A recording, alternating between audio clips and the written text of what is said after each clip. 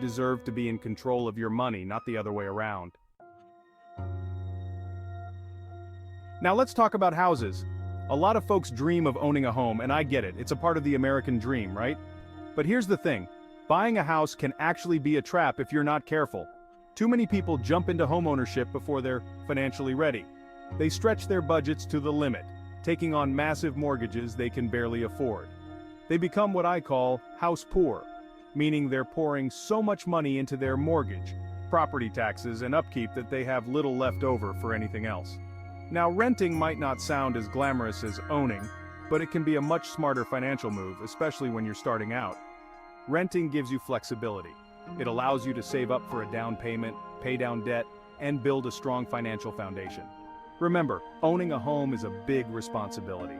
It's not just about making your monthly mortgage payment, it's about being prepared for unexpected repairs, property taxes, and all the other costs that come with homeownership.